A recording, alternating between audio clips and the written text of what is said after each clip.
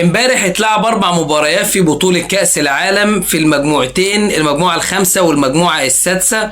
المجموعة الخامسة اللي فيها المنتخب الهولندي والمنتخب التونسي والمنتخب الياباني والمنتخب السويدي.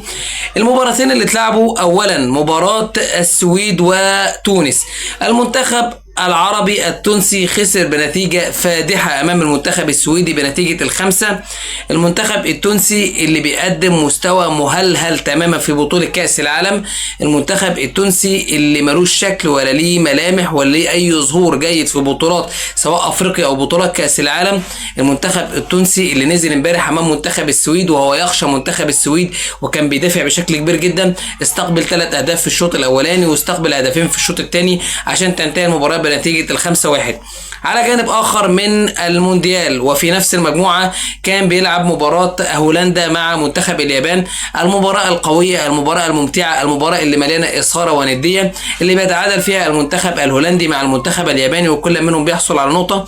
أنا حابب أتكلم بالأخص عن المنتخب الياباني مع مدربه موريسيو، المدرب اللي موجود معاهم من 2017، اللي لعب معاهم 107 مباراة، قدر يفوز في 77 مباراة. الراجل اللي عنده تكتيك واضح، الراجل اللي عنده خطة مميزة داخل الملعب، الراجل اللي قدر ينتصر على عمالقة كبار جدا في بطولة كأس العالم زي البرازيل وزي ألمانيا وزي إنجلترا وزي أسبانيا. يعني بجد ألف مبروك للمنتخب الياباني على نقطة، وبشوف إن المنتخب الياباني من المنتخبات المرشحة إنها توصل لأبعد نقطة ممكنة. اليابان نقطة، هولندا نقطة، السويد 3 نقط، وللأسف المنتخب التونسي ملوش أي نقاط، وبتمنى إن هم يستفيقوا ويعيدوا حساباتهم مرة أخرى في المباراتين القادمتين. المجموعة السابعة اللي فيها المنتخب الألماني ومنتخب كوراسو وكذلك المنتخب الكوديفوري أو الفيلة مع منتخب الإكوادور. المباراة الأولى هي مباراة المانشيفت أو الماكينات الألمانية، المنتخب الألماني مع منتخب كوراسو. منتخب كوراسو أول مرة يشارك في البطولة، ما عندوش أي خبرة في البطولات العالمية، مدرب كبير شوية، ما فيش أي فكر، الدنيا معاهم على قدها. قبلوا المنتخب الألماني اللي حصل على البطولة 4 مرات من قبل. عايز أقول لك إن المنتخب الألماني نزل وداس بنزين وسجل 7 أهداف، وده شيء مش غريب على المنتخب الألماني. المنتخب الألماني لما بيجيله فرصة يدوس على أي منتخب قدامه ما بيرحمش، نتيجة قوية وقاسية، والمنتخب الألماني بيحط حساباته في البطولة وبيعرف كل المنافسين إن أنا موجود. المباراة الثانية كانت مباراة المنتخب الكوديفواري مع منتخب الإكوادور. منتخب الإكوادور منتخب لاتيني مميز، منتخب قدر يفوز في المباراة الافتتاحية في مونديال قطر 2022 على منتخب قطر بنتيجة 2-0.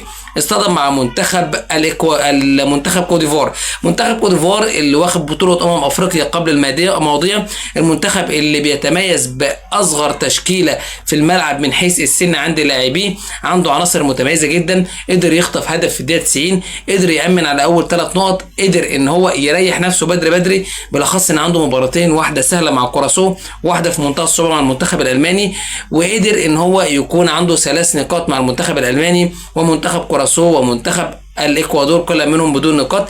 دول 4 مباريات اللي لعبوا مساء أمس مع صباح اليوم. مباراة مميزة، مباراة مثيرة، اي نعم فيهم المنتخب التونسي المنتخب العربي خسر بنتيجة بتزعل شويتين، لكن بنتمنى له الاستفاقة وان احنا نشوفه بشكل افضل وشكل مميز. كذلك بنشوف المنتخب الافريقي منتخب كوديفوار قدر يفوز ويحقق اول انتصار للقارة الافريقية، بنشوف فيها منتخب المانيا بيفوز بنتيجة واسعة، وكذلك منتخب هولندا. مباريات كاس العالم هي مباريات الاثارة والمتعة والندية، وقولوا لي ارائكم في التوقعات، ايه هي اكتر مباراة عجبتكم، ايه هو اكتر هدف عجبكم، وتوقعكم لمباريات النهارده مباراة مصر مع بلجيكا وكذلك السعودية مع الأوروجواي. قولوا لي آراءكم ودوسوا لايك وفعلوا زر الجرس عشان يصلكم كل جديد، والسلام عليكم ورحمة الله وبركاته.